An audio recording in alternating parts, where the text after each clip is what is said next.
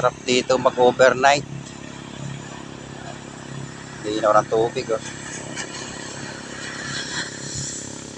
Marami din nag-overnight dito.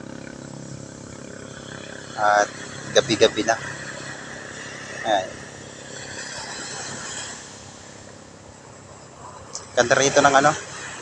Ito, napakalawak ng ano niya, ng space.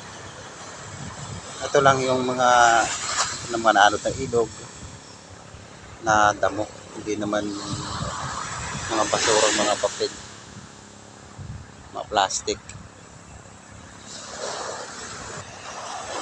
Hawak. Wala ditong entrance. Libre itong lugar na ito.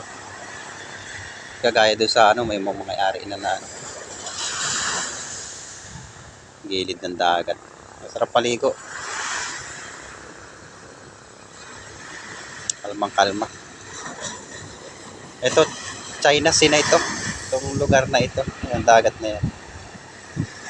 Ito yung malapit dito yung pinag-aagawan ng ano, Pilipinas at ano,